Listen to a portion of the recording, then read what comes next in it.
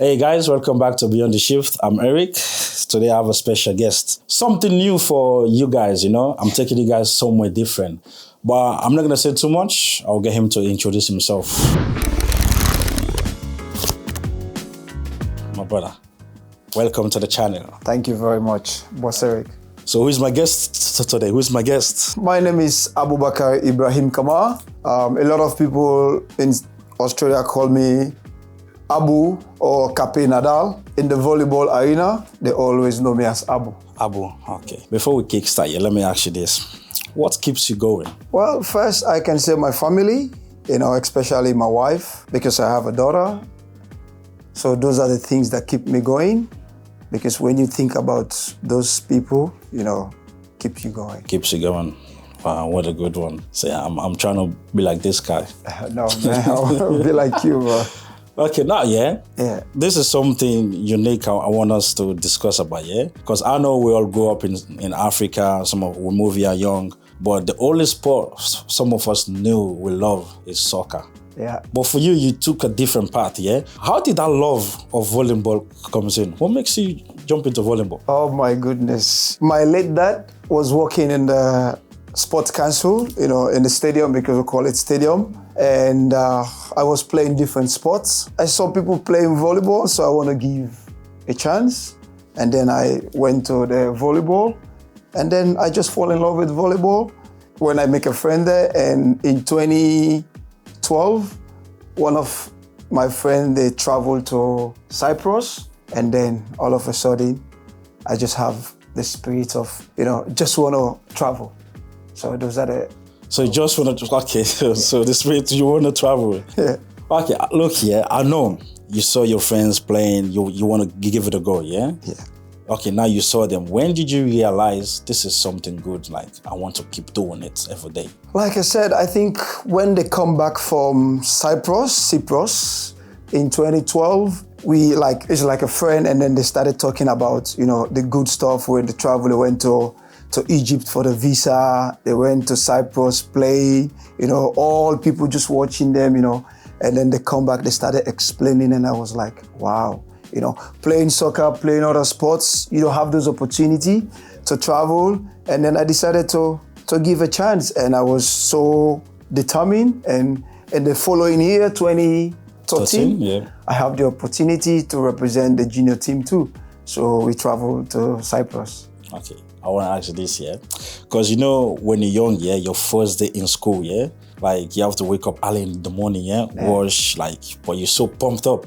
For you, your first day in the courts, how was it like for you? Oof, nervous, especially playing international, because before we went to Cyprus, we have the qualification, because in Africa you need to qualify before you can go to the World Championship Junior or Senior.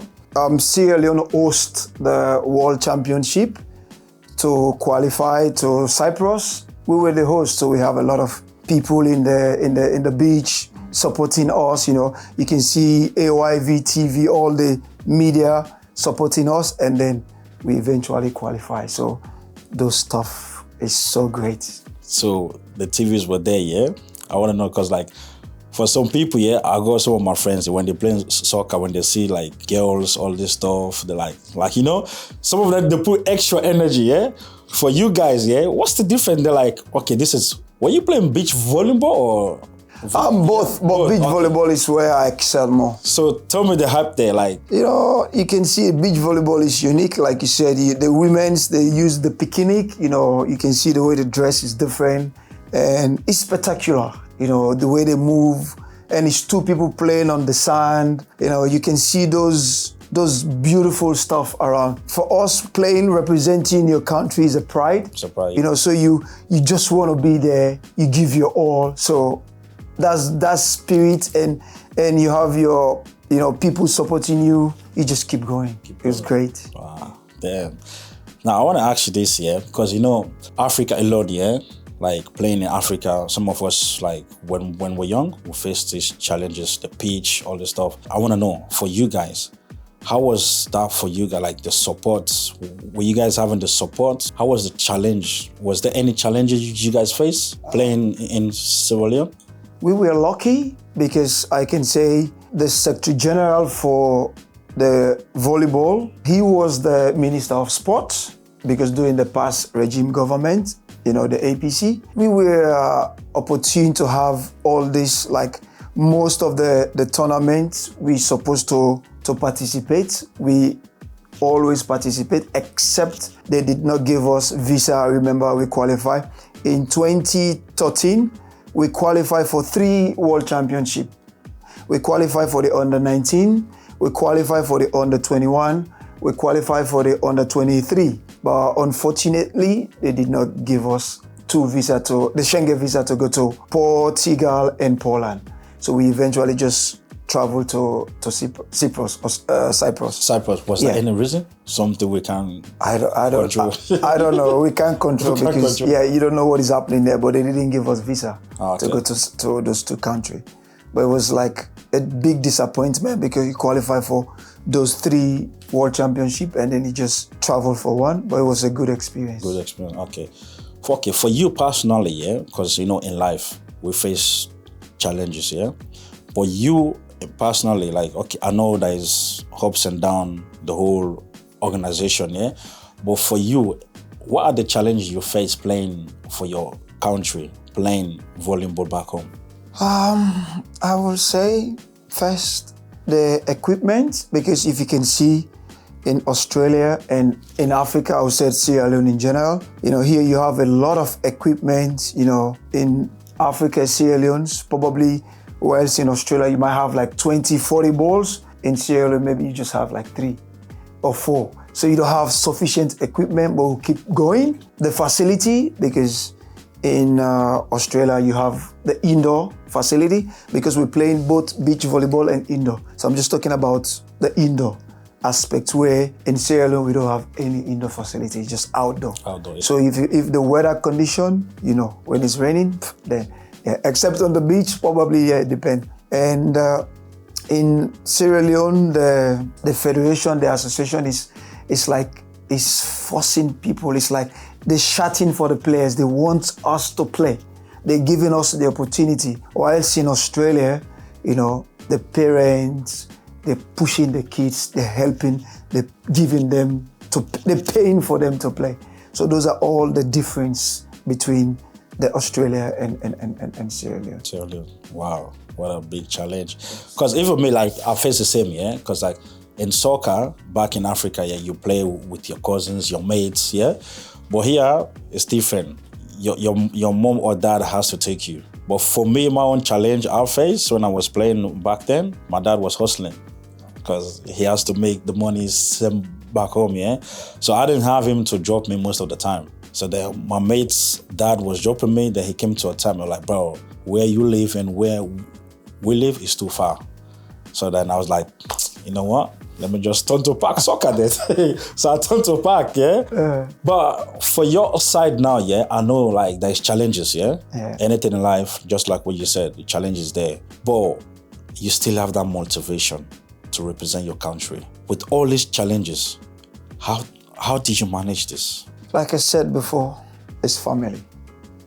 And when you look at where you come from, you want to make your family proud. In Africa, people look down upon you. It's different because those times when we give it all, and sometimes we don't even concentrate in our studies because it's like an opportunity cost option. Either you represent your country traveling or you go to school and do exam. During this time, because for me, I came from a poor family. My late dad was working in security in the National Stadium. So I was having the opportunity to move around in different sports.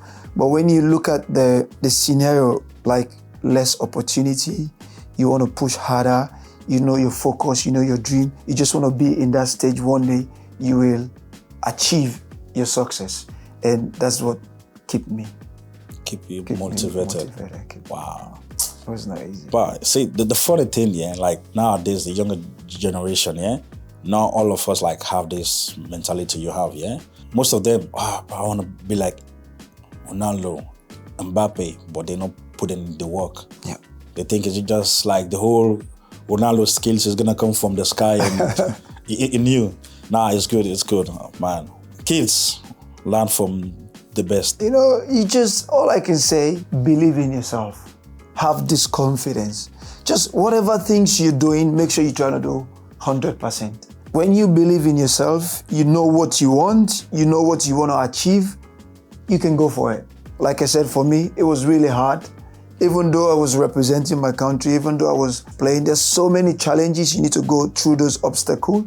Right now, what is happening in Sierra Leone is more worse because you can see there's a lot of the drugs, and moving the kids, some people, through frustration. We like I said, we have a lot of obstacle, disappointment, but there's some disappointment. Just keep you going.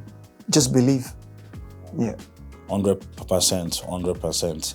This one now, I want to ask you this because you already touched on something like this, yeah? Compared to Sierra Leone and Australia, tell me, when you get that chance to step in Australia, yeah? So how can you compare the structure, the facility-wise? Like I said, it's too different, I want to know.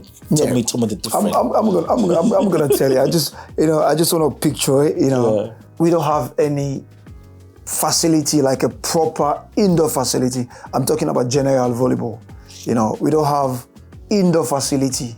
Zero indoor facility. Playing outdoor, sometimes, you have your nice shoe. You're gonna use that shoe on the court. Sometimes, it's really hard. So all the stuff, and compare with Australia, they have the facility, they have the opportunity. The only difference I can say, because back home, sport was my career, sport was my source of income. I get paid to play. For example, even clubs, you get to pay. And living in Australia, you want to take the game to a higher level, and then you have to pay to play. So that was the biggest. I remember in 2019, when I came to Sydney, because I was in Queensland, moved to Sydney. First thing, I tried to shout for a volleyball club, and then I saw like a Sydney North. I put in for the trial. I went to the trial, everything. Oh, I was so happy. And then all of a sudden, they sent me an email. Congratulations, you're being part of the team. Reading down through, and then I saw you have to pay close to $1,000. I was like, what is going on here? Back home, I get paid to play. Here, I have to pay. That's where the different stuff is changed. And then they give me an option. You can play for free, but you have to coach. So I decided to coach the team. That's where I started coaching in Sydney, in Australia. Wow. During the time. What a difference, eh? Yeah. Difference. Because it's the same thing in soccer too, yeah? Just like what you said, but for us in soccer, like, I know people can relate, yeah? If the coach like you, they'll pay for you. But if you know that, like, you don't have that skills, yeah? You have to pay all these things up and down, yeah? I want to ask you this, yeah? Living back home, everything you used to, a new country, new world, new environment.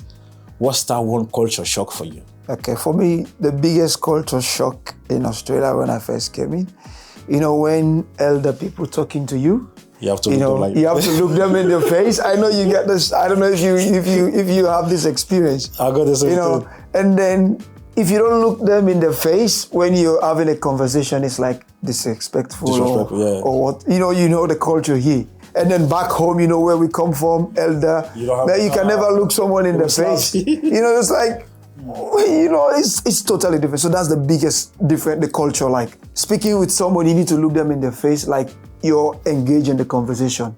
Then back home, looking at someone's face is culturally disrespectful. So that's the biggest one too. So how did you manage to adapt? Like, what are the things that you do? Do you talk to someone? Do you, like, people try to tell you, oh, this is how we do things here? Or, like, how did you manage to adapt to, like, this whole new thing now? Well, what did you do? You just go with the process, and as you keep going, you're gonna fit in. And for me, I'm a fast learner, and I can quick to adopt situation, whatsoever circumstance, I can fit in anything. So seeing that culture, and then I started realizing, I started watching people face speaking. I started getting the bold mind of talking in the crowd because I'm working for public transport. So, give me all this 5 years now. So give me all this big opportunity to look someone and speak with them, because I'm like an authorized officer, ticket inspector. So you're gonna have a conversation with customer. So you're not gonna have a conversation with a customer whilst your eyes are down. So you're gonna speak with them. You're gonna watch them. You're gonna do the interaction. So what's that one funny thing that happened? Do you have one memories like you can remember? Something funny that happened? I don't think I can remember something funny because there's so many stuff. So many stuff. So yeah, I don't think. Yeah, it's like the culture is different. Culture is different. And Australia, they're so friendly. You know, living in Australia, I think for me is the most peaceful because I've been traveling a lot, you know, and staying in Australia, the way people interact with you, and if you just mind your business, you know what you're doing, I think you just fit in it. For me, when my dad said, okay, you're gonna come to Australia, yeah? But the thing that was in my head, I thought Australia, they don't speak English. I swear. I'm gonna be honest, yeah? Think he left a book for me, yeah? So that book, the first state or the first suburb I knew was this place called Wagga Wagga. Oh. So that's the first thing, like, I mark it. So every day, oh, okay. So when I came, then I was like, Dad, where is this place, Wagga Wagga? They're like, it's too far. So yeah, like up to now, I've never been there, but I want to go there. That's the first place. Australia is too big, my brother. It's too big.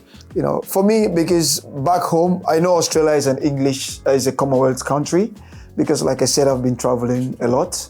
So playing in different country, and I had the back of my mind long time that they speak English and it's part of the Commonwealth, because all the Commonwealth country, they speak English. So yes. Okay. So now, yeah, I'm gonna take you to something different now. No problem. So now you settled down in Australia. When did you say, okay, you know what? Okay, they told you you have to be playing and coaching, yeah? When did you realize, okay, you know what? Let me pass this knowledge now to these kids? My coaching did not start in Australia. But I started coaching due to the incident. What happened. Because I was planning to play a higher level, and I thought that I'm already inside a club where I'm gonna get paid. All of a sudden, I has to pay to play, or I has to coach before playing. Okay. So one of the two. That's where I started coaching in Australia. But my coaching experience started way back in 2017, because I remember we went to Cyprus, to Austria, Vienna for the World Championship, and there's going to be a World Championship this year in Australia, hosting the biggest volleyball competition in the whole world. They call it the World Championship, where all different countries, they come into Australia November 14, and then they're going to end on the 23rd. So they play in Adelaide.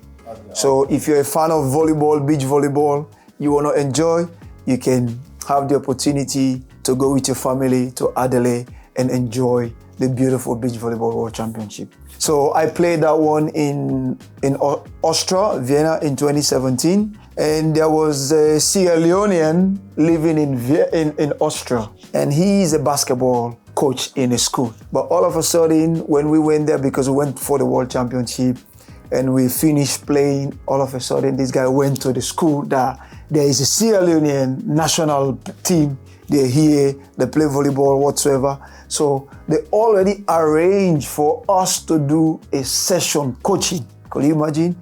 That was like, our coach did not inform us. They did not tell us that we're gonna have a session with the school kids. I'm telling you, that was the biggest surprise. So we went there, went to the school. All of a sudden, they divide us, only me and my beach volleyball partner. They want us to just give the kids like a session, 1 hour session. And then they took me to a different place, and they took my beach volleyball partner to a different place so that you can't even see what you're doing. So, and I was there. So they put you guys on the spot? On the spot. I'm telling you, it's on the spot, just basic volleyball coaching. And then I went, there's like over 20 kids. Remember, English is not our first, we speak Creole. Yeah. So I took my time, explained to the kids the basic beach volleyball. They understand, they love it. And then when we went back to the hotel, I said to myself, if I can coach these kids in English, they understand. What if I take it back home and started coaching kids? So that's why when I go back home, and then I started going to my community, going from the parent telling them that I want to coach, I have this. So before coming to Australia, I was having like 150 kids, coaching them from my experience I have in Austria, and then take it back home because I can speak to them the language we all understand is so easy. And so most of them now they're playing for the national team. So that's where my coaching career started. Okay. And then I just continue in Australia. So in the space of 1 hour, another door open, you see yourself. Yeah. How did that make you feel?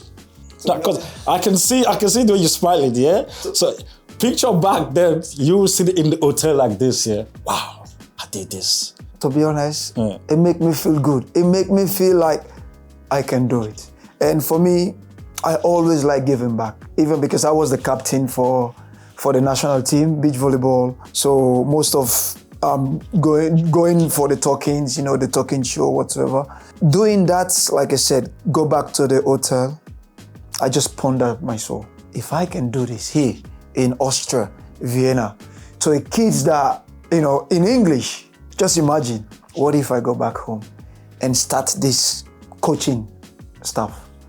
So it make me feel proud. But I understand you went back home, yeah? You want to coach these kids now, yeah? Because I know where we came from, like our African family, yeah? As long as they're not seeing that money coming, they're like, you're just wasting your time, yeah? But I know there's challenges there, yeah? So how did you manage that? Because not every family gonna be accepting. So how did you convince this family? Well, the good thing, people trust. It's trust. It's to build trust. Because in the community, they see me as a role model. Because they see me someone who is not smoking, drinking, party. They see, and I'm a Muslim and I pray. These are the stuff they see in me. So when I go back and I use my own money, I start with my own money. Like, when we travel, like I said, we get money. So I started buying, even encouraging the kids, buying food for them. What I did, I went to the parent. I said, I want to start coaching. So I took the parent's number, took the kids' date of birth, everything. I still have it with me in Australia because I still have the book. Because sometimes I just go over the book, just watching those kids, names. So yeah, because of the trust the parents have in me, they decided to give me those kids to look after them. Oh, wow. What a blessing. So now I want to ask you this, yeah? Okay, now you're a coach, yeah?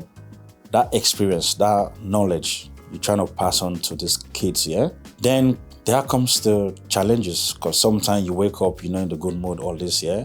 So how did you manage those challenges? The things that you've been through in life already, through the volleyball, everything. So how did you pass those experiences to your kids now? To be honest, it's determination and self-belief that everything is possible if you want to achieve, your dream.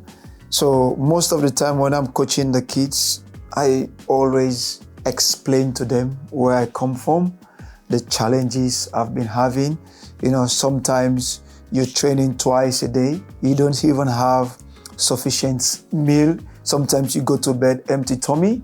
So with all those challenges, keep me going, keep us going, because we want to achieve, we want to be in that peak where, and before we leave, and we were like number one in Africa in 2017 to 2018. So all those stuff, the good, the bad, and the ugly, and just explaining to them like, here, they have the opportunity. All they just need is the effort if they want to achieve what they dream. So, yeah. So you try to, but I can relate, yeah, because even us playing soccer, because I know it's two different sports, yeah, but it's the same, like, ups and downs, yeah? Yeah. Sometimes we want to do our own thing. Then the coach was like, nah, I want you to do this. I've been there, I've seen it. The reason why I'm saying this, because the younger generation now, listening is off. They want to do their own way. I will explain to you that one. For me, every coaches have their own style.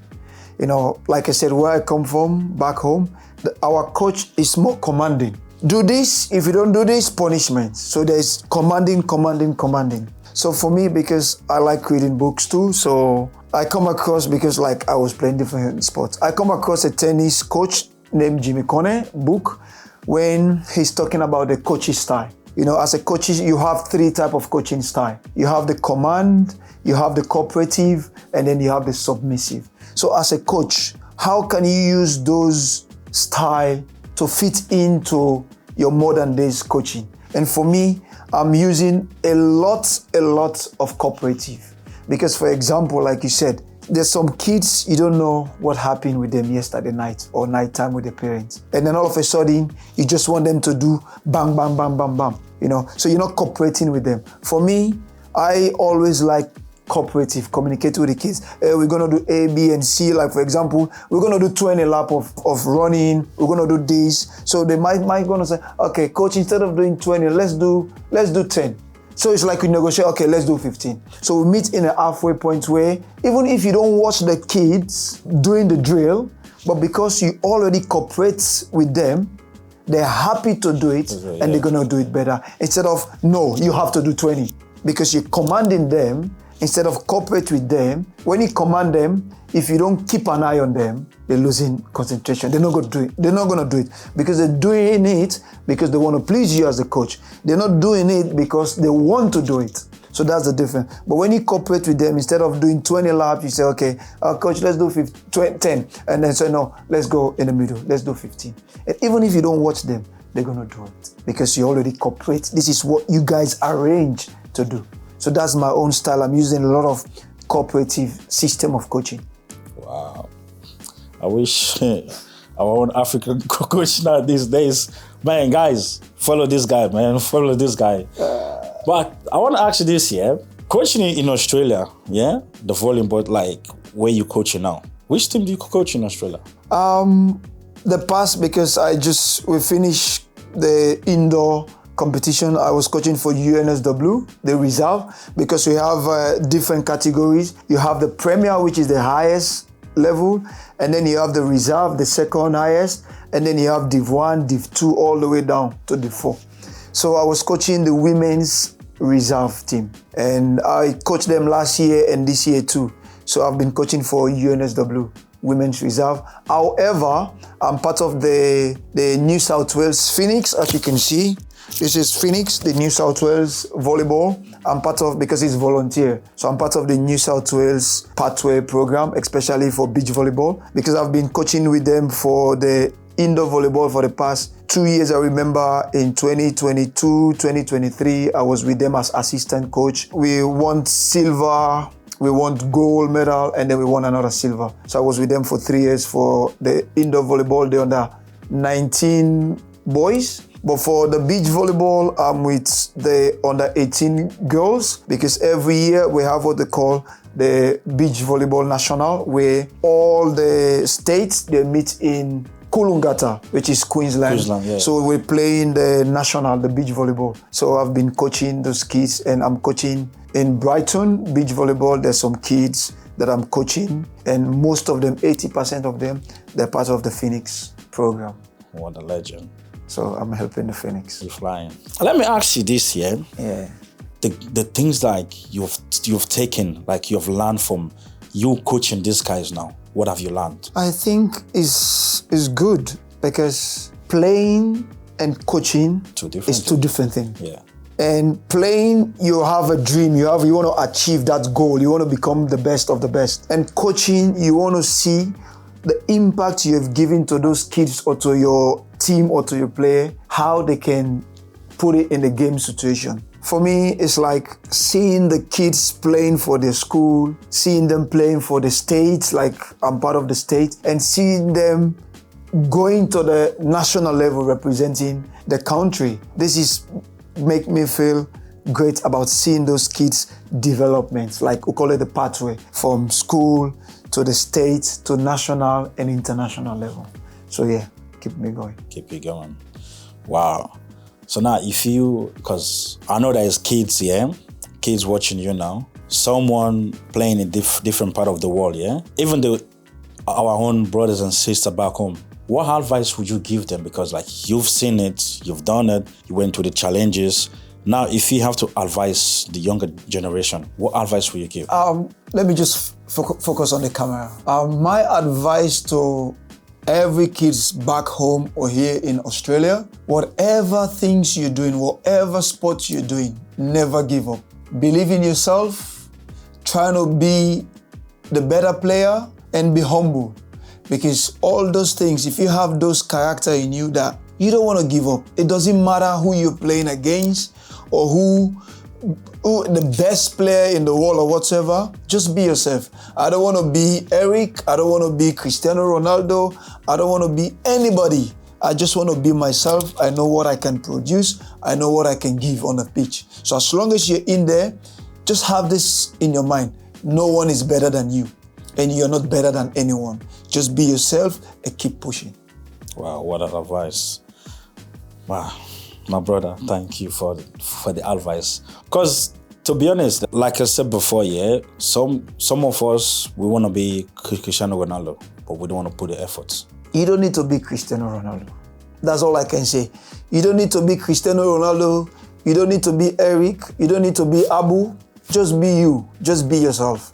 As long as you can be yourself, you can produce more than Cristiano Ronaldo, more than Eric, more than Abu. Because no matter what happens, Cristiano Ronaldo or the top players, they work very, very hard. Those are role models we need to look up to. But I never want to be Eric and I never want to be Cristiano Ronaldo. Just want to be yourself and keep pushing. And one day, some people behind you gonna say, my role model is Eric. So we can use those people as a role model instead of being like them. I don't want to be like anyone. I just want to be Abu, and I want the kids not to be like me.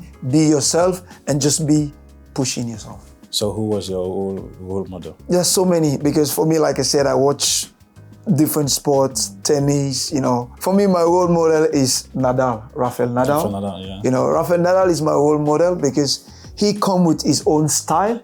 He never be anyone. It's just creativity. Just be aggressive. He just be himself. Be aggressive. Be aggressive. Even the ball, he can't even win that point. He's just going for that ball and put it back. He just be himself. That's Rafael Nadal. Wow. So that's my role model. My guy, shake my hand, my guy. What a good one. So now I want to shift you to something, yeah? I want to know, yeah? Okay, now married, being a coach, you still playing, everything. You're working, yeah? Yeah. I want to know now. I want to go inside. How did you juggle? How did you balance all this to fit in? I'm telling you, you need to have a very good wife. I know you have a very good wife because that's why I'm flexing. You know, with this, all what you're doing, if you don't have a good wife, if you don't have a good partner, you can never achieve what you want to achieve in life. Because why? If your partner is not, or they are not supporting you in whatever you're doing, that's where you started getting those hiccups. That's where you started doubting yourself. Like, that's where you started getting all these little toxic. Yeah. But if you have a good partner, a good someone by your side, a good family, I believe you can manage, because it's not easy. Like you said, I'm working full-time. I have a full-time job. I'm working for public transport, Transdiv. I'm an authorized officer. I have a wife. I have a daughter. And I'm a coach, full-time coach. So to manage all this, it's not easy. And I'm a player too. So sometimes, because I'm a shift worker, so I try to manage. Sometimes I try to swap my shift just to play. Sometimes I took annual leave just to participate, to do something that I love. So you need to get those balance. But all of it all, you need to have a good partner and a good family support. Because the reason why I asked this here, because people just see, yeah, your picture up there. They see you hitting that ball. Yeah. They don't see what goes behind the scene, what you put in. Yeah. Yeah. The same thing like back home. People be like, oh man, that guy is living the life like he's balling. But just like what you said, they don't see what's going on. The background. Blah, blah, blah. Yeah. You need to have a good partner. Like I said, my wife sometimes, because for us, we're traveling. But maybe every year. Maybe in January or February, we're going to go to Port Macquarie. I'm going to play because I've already seen I'm off on that day. So I'm going to play. So there are some tournaments I can't play because I'm working. You know, you need to put food in the table. But there are some tournaments when I have the off, if I can swap it, then I can play. My wife can travel with me. Sometimes it gives me the open hand to do what I love. Now, for example, the one next year in March, I'm going to Coolangatta, representing the state team, you know, as a volunteer. I'm not getting paid for New South Wales. It's just a volunteer because this is what I love doing, to help back, give back to the kids. So I'm going to be in Coolangatta, for example, 1 week or 2 weeks. So all this, you need to have that backup, family backup that giving you. Instead of having a family like, oh, it doesn't have time for me, it doesn't make time for me, they don't want to be, all this stuff. They need to give you the ample time. They can join you, they don't want to join you, but you want to have that a liberty, bit of understanding that you're here because of this is what you love doing. You're not there because, okay, you're doing something else, you know. So you need to get the trust too. Wow. Yeah. But our people back home here, our brothers and sisters, yeah? Yeah. Some can relate, some can't. But I want to ask you now, everything in life we all go through, because there's this thing they call mental health. Yeah. Yeah. So for you, with all these ups and downs, how you saying, you just said you have the support of your family, everything, yeah? I know the support is there, but inside your own mind, your brain, how did you manage the mental health now? For me, I don't allow stress to overcome me. I'm just living day by day. So how do you do your... So like you said, you try to be happy. I'm always calm and always, I don't take things for granted. Whatever things happening with me now, I believe is the will of the God. You know, I'm not rushing my life. I don't want to be you, like I always said. Even if you have the biggest money, you're a rich man. Of course, I envy you in a good way. Of course, I want to be there, but it's I'm not that ego of, I want to get this. So you go with your... I go with my own pace. I don't go no, I want to get there. No. So that is, for me, I like my grades, you know, and I want to have my own style, my own way. So that's why I always say, I'm just Abu, the low profile guy. Low profile you know, guy. I'm just the low profile guy. Okay. So now, before we round up, what legacy do you want to leave? That's a very good question. For me, I'm praying. My dream, my legacy I want to lay, especially back home. I want to be among, or I want to be the first Sierra Leonean to have an indoor facility in my country. That's my dream. That's my biggest things that I want to achieve, my legacy. Even if I'm not there, even if I pass, I die or whatsoever, I want to have something that someone can be in that court and say, Abu was part of this indoor facility, or Abu was the one who brought indoor facility in my country. So those are the legacy. And again, seeing kids transition from playing school, representing the states, and representing their country. You know, like I said, in 2017, I was there coaching. Some of those kids, they're playing for Sierra Leone. So those are the legacy. People say my name, say, yes, I passed through Abu. No matter what happened, he played a role in my sporting career, in my development. So those are the legacy. I'm so happy about it. Wow. See, this is the thing, that's why, I decided to do this, because if I didn't have this platform or get you here, I will never know your dream. I will never know the legacy, because even me discussing to you on the phone, I was so happy to get you. Then now you just share your dream. I'm thinking now, how can we make this dream come true? That is my dream. That is what I'm praying for. If I have the money, if I have the investor, if I have the resources, that is my dream. Because this is what I love doing. Because I've gone through this pain. Imagine playing volleyball in Sierra Leone, especially in the volleyball. That is why we don't even have a proper national team for indoor volleyball. We just have beach. Because beach, you just go on the sand, on the beach. You can play there, 2-on-2. But to get a proper indoor team, We don't have it. Because first, you need to have the facility. So there is no facility. No matter how we try. I remember we went to Cape Verde to play indoor volleyball. We were like, we don't know, we just keep watching the ball, the system, the style, because we don't have it. You don't used to it. We don't used to it. Even the system, coaching system, like for me, I've learned here a lot. I'm part of the coaching staff in Australia. I'm level 3. I'm an Australian coach. I have my certificate, everything. Those are the things I want to go and give back. Helping the team, have an indoor facility where we can have a proper indoor team representing the West Africa and push it to the international stage level for indoor volleyball. So let me say this here.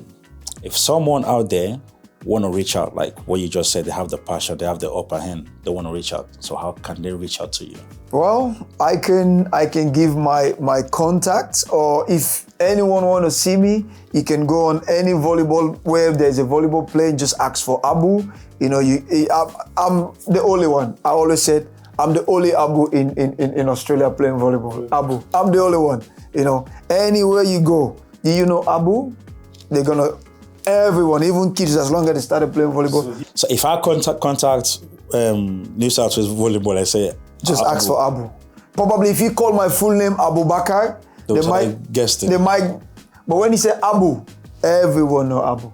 Okay, all right, guys. If you're out there, you want to sponsor, everyone know Abu. Yeah, you want to make that dream come true. I will leave his social media handles down there. So now, before we round up, now a final advice. Now, I want you to give. Break it down for me with everything you went through, the challenges, everything ups and down. What's that one quick thing you want people to like? Believe in yourself. Don't be anybody. Just focus on what you're doing. Whatever things you're doing. Because for us back home, a lot of people think that we're not going to achieve what we achieve now today. They look down upon us, you know, because we just keep traveling, playing. People, we don't even have any place to stay, you know. But people look down upon us. But now we're a role model, for example, you know, being here, helping back home the sport, you know, advising, coaching, and all this stuff. So all I can say, just be yourself, know what you want, and never give up. Just keep pushing. Get that dream. Okay, before I let you go, now I got a twist, Guys, welcome to the segment, the shift or keep question. Volleyball or soccer? Keep. You keep. So which one will you keep? You keep volleyball or you keep soccer? Volleyball. Why? I already know the answer, but why? Because volleyball is a non-contact sport. And for me, like, I used to play soccer, and there's a lot of contact, and you can easily get injured for lifetime or break your leg, so many stuff. So when I look at those opportunity costs, I decided to go with volleyball. So I'll keep volleyball. I love volleyball. So volleyball, the only way you can hurt me is by hit the ball on my face. But you cannot jump on your court and come and hit me, give me a punch or a kick. So you're just gonna keep smashing me with the ball if you can. Okay, good. Gold medal or silver medal? Oh, gold. Everyone loves gold, you know. Gold medal for me, I prefer getting gold medal than a silver, or prefer getting bronze medal than a silver for me. The reason why I prefer gold and bronze than silver, because those two, you're winning them. It's not like you're runners up. Having a silver, it's like you did not win it. You just opportune, you're silver. But winning the gold, because you play for it, you work hard. Winning the bronze is the same thing. So I prefer, for me, bronze and gold than a silver. Okay, good one. Okay, now, Commonwealth or World Championship? I will prefer World Championship for various reasons. Because Commonwealth, if you look at Commonwealth, it's just all this English-speaking country, all the country inside the Commonwealth. So for example, America cannot play. They cannot be inside it. The French-speaking country cannot be inside the Commonwealth. But when you said World Championship, regardless of the language barrier, everyone come together. Like the World Championship gonna happen in Adelaide in next month. Next month, yeah. So that's the... No, next month, this month, when... Oh, this month. When November. November, yes, yeah. yes. So 14 days from now. Yeah. So the World Championship is in Adelaide, right in the foot of Australia. So anybody who love volleyball, take your time. Go down to Adelaide, buy a ticket. You know, I'm going to be there watching, not playing, but watching. Watching. Because some of my friends coming from Qatar, you know, the Sharif and Ahmed, you know, they're one of the best in the world right now in terms of beach volleyball. So yes, so I prefer the world championship than. Okay, man. Here we go. It's the end of the question. That's all? I thought it's more. Okay. Keep it simple for you. Next simple. one. The next episode, I'll bombard you. No problem. I'm always ready. My brother, thank you so much for dropping by. And I appreciate your time. I know my studio is too far, but... It is what it is. Thank you very much. You know, I want to say really, really thank you for hosting me and organize this. Because like you said, if I don't come here and tell my story, no one will know about me. Like I said, I'm just Abu, the low profile. But maybe after today's, people will be watching me, watching your show. They're going to say, who is this guy? I remember 2 years ago, I won the award. Award, the Sportsman of the Sportsman of the Year award. I was the winner in that award.